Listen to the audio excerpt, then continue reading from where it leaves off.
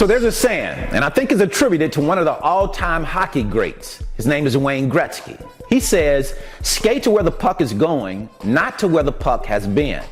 Now, what is the meaning of that? Well, that just tells me that it allows for me to stay ahead of the power curve. It allows for me to stay ahead of the competition as long as I'm skating to where the puck is going. Well, the question to me is, how do I know where the puck is going? Well, I have to be equipped with the right information, I believe. So what I'm going to do for you today is I'm going to give you the right information. I'm going to make sure that you're prepared for 2022 by giving you the freight broker forecast for this year. So come on inside and let's get down to the business. So I want you to think about your business like you would a video game for a minute. Let's say that you just started playing a video game. You're not very familiar with it. You don't know what's going to happen. So when things are happening, you're reacting as they happen. You can't see things before they happen. Well, I want you to fast forward about a month or two down the road. You've been playing the game for a little bit now. You have more familiarity with it, and you can kind of see things before they happen.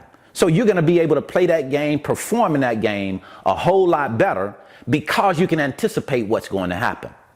Well, that's the same way in business. When you first get started, you don't know what's going to happen, and you're kind of reacting to things as they happen.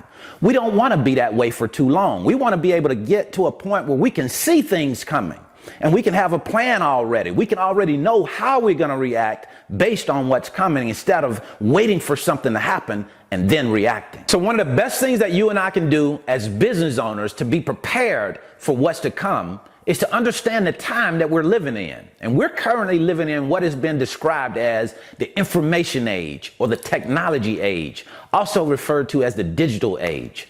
And what that tells me is that we're living in a time of information. So we have to take advantage of information. So I'm getting ready to give you the information right now, without further ado, to prepare you for 2022. Let's make sure that we're on the same sheet of music. What I'm covering with you today is the trends, the growth, the impact of COVID-19 on the overall United States freight brokerage market. Because we have to include the impact of COVID-19 because it's impacted the entire supply chain. So to not take a look at that wouldn't pass the common sense test in my opinion. So let's take a look at these overall impacts and where the industry is going.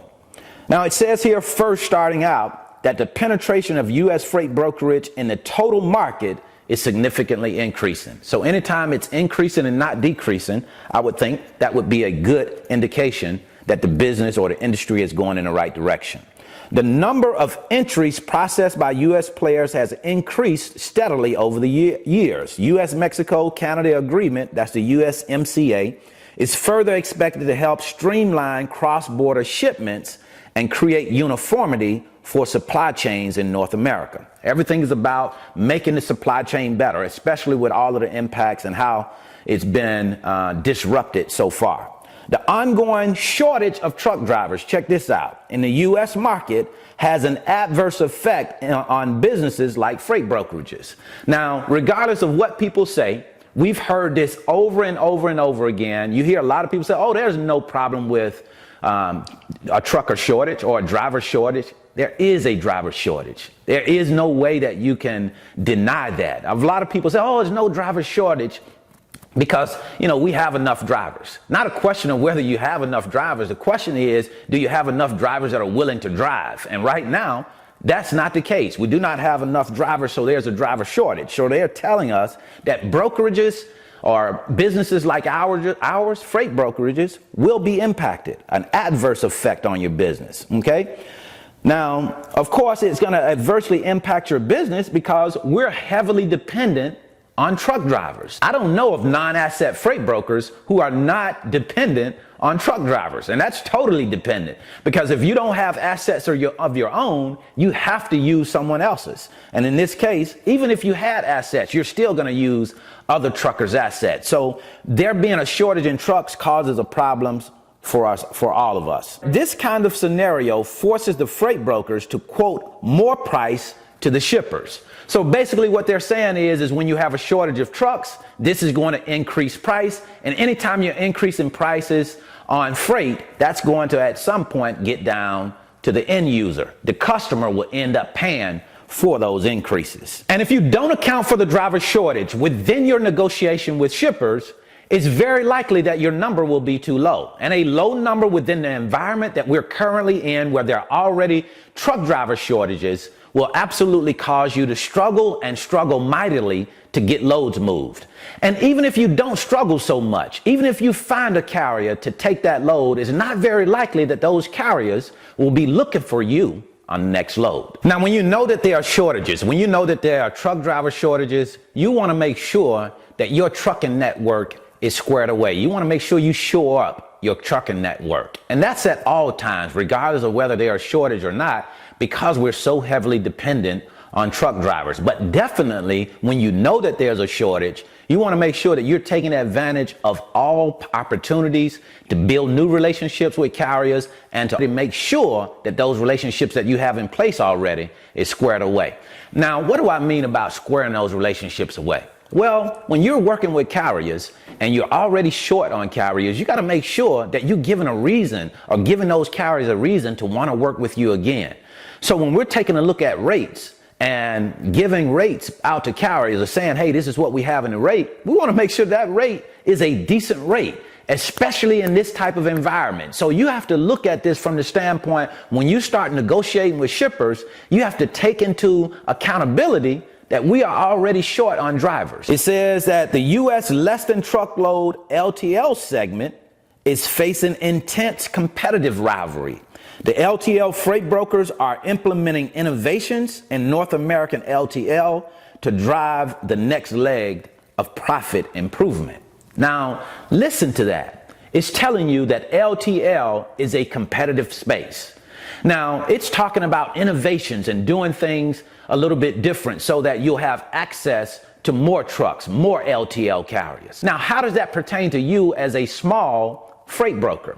Well, you may not have all of the systems in place so that you can provide LTL assistance like a big carrier or a big freight broker would. But you don't need that in place. What you need in place as an LTL provider is a network. Now, of course, if you have a network in place where you can go out and you can source LTL providers, that's good. But it's much better if you have a system in place, a TMS system that gives you access, on-demand access to LTL carriers. So that's probably something that you want to take a look at. People talk about this stuff about LTL being so difficult. Well, it's difficult when you first start out because you don't have a network. But when you build that network, things get better. And when you have a system in place like a TMS that gives you access to LTL, it's even better. Now let's take a look at the overall impact of COVID-19 on the trucking industry, on the freight broker industry as a whole. It says here that rates in 2020, that's when COVID-19 was first announced, were not immune to the impact of COVID-19.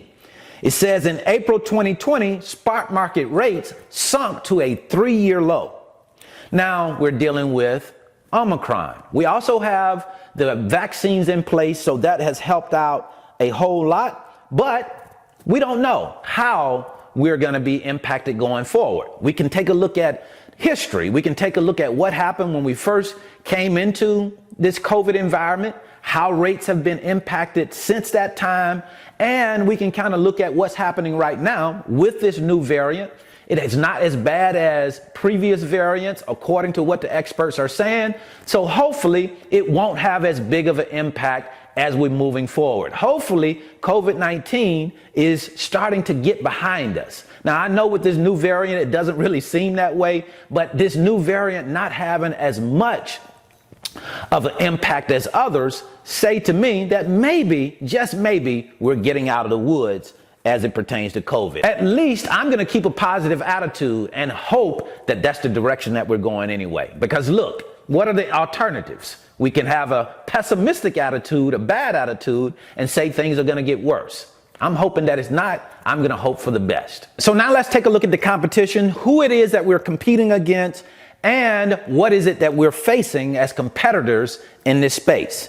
It says that the U.S. freight brokerage market is moderately fragmented in nature, with the presence of large regional players, global players, and small and medium-sized local players. Okay, so we have some different types of companies in this space. You have big companies like C.H. Robinson, and you have smaller companies like Alliance Logistics. So the question is who are you competing against? What is the competition like?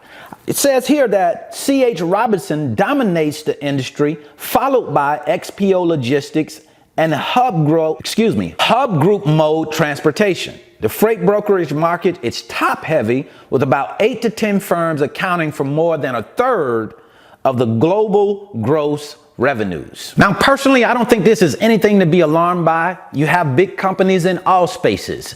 And even though that C.H. Robinson and XPO Logistics has about a third of the industry, Hub Group, that still does not mean that that is your competition. Because what I believe is that you are competing against companies that are like you, that are more like you in size, more like you in revenue. So you'll find the companies that you need to compete against, and don't worry about big companies like XPO Logistics, C.H. Robinson. Now, can we take something from those type of companies? Most certainly. You can look at some of the things that they do and maybe start to implement some of those things. But I think it would be better to take a look at companies that are your size when it comes down to revenue and the overall operation. Now, after taking a look at a forecast like this, the first thing that I'm going to do is to look to find out, what am I going to focus on? I'm not going to try to be all over the place and cover everything. I am going to highlight a few things and decide which area am I going to direct my energy, my effort. And when I look at this report, the first thing that I look at is say, okay, what's the problem here? What's the biggest issue? And to me, trucking, having the right amount of trucks that I need, the truck driver shortage is the big issue. Another issue is the LTL issue. So I'm going to focus my energy and efforts on the truck driving shortage and making sure that my network, my whole entire truck driving network is solid. If I'm moving LTL freight, I am going to make sure that my systems are in place, because that's going to allow for me to move even more freight. And when I'm moving more freight, I'm making more money. So that's what I wanted to share with you today. I certainly hope this information has been helpful. If you want to learn more about the freight broker business, I'll leave a free link in the description. It's my 5-video series titled How the Load Movement Process Works. It brings you into my office with me, let you look over my shoulder as I move loads, talk to shippers, talk to carriers. That way you can get a really good idea of how the business works before you come into it. And then if you want to know how much it costs to become a freight broker, I'll include a free link right here. So until the next time, I wish you the very best in your life and business. See you at the top, because the bottom is much too crowded.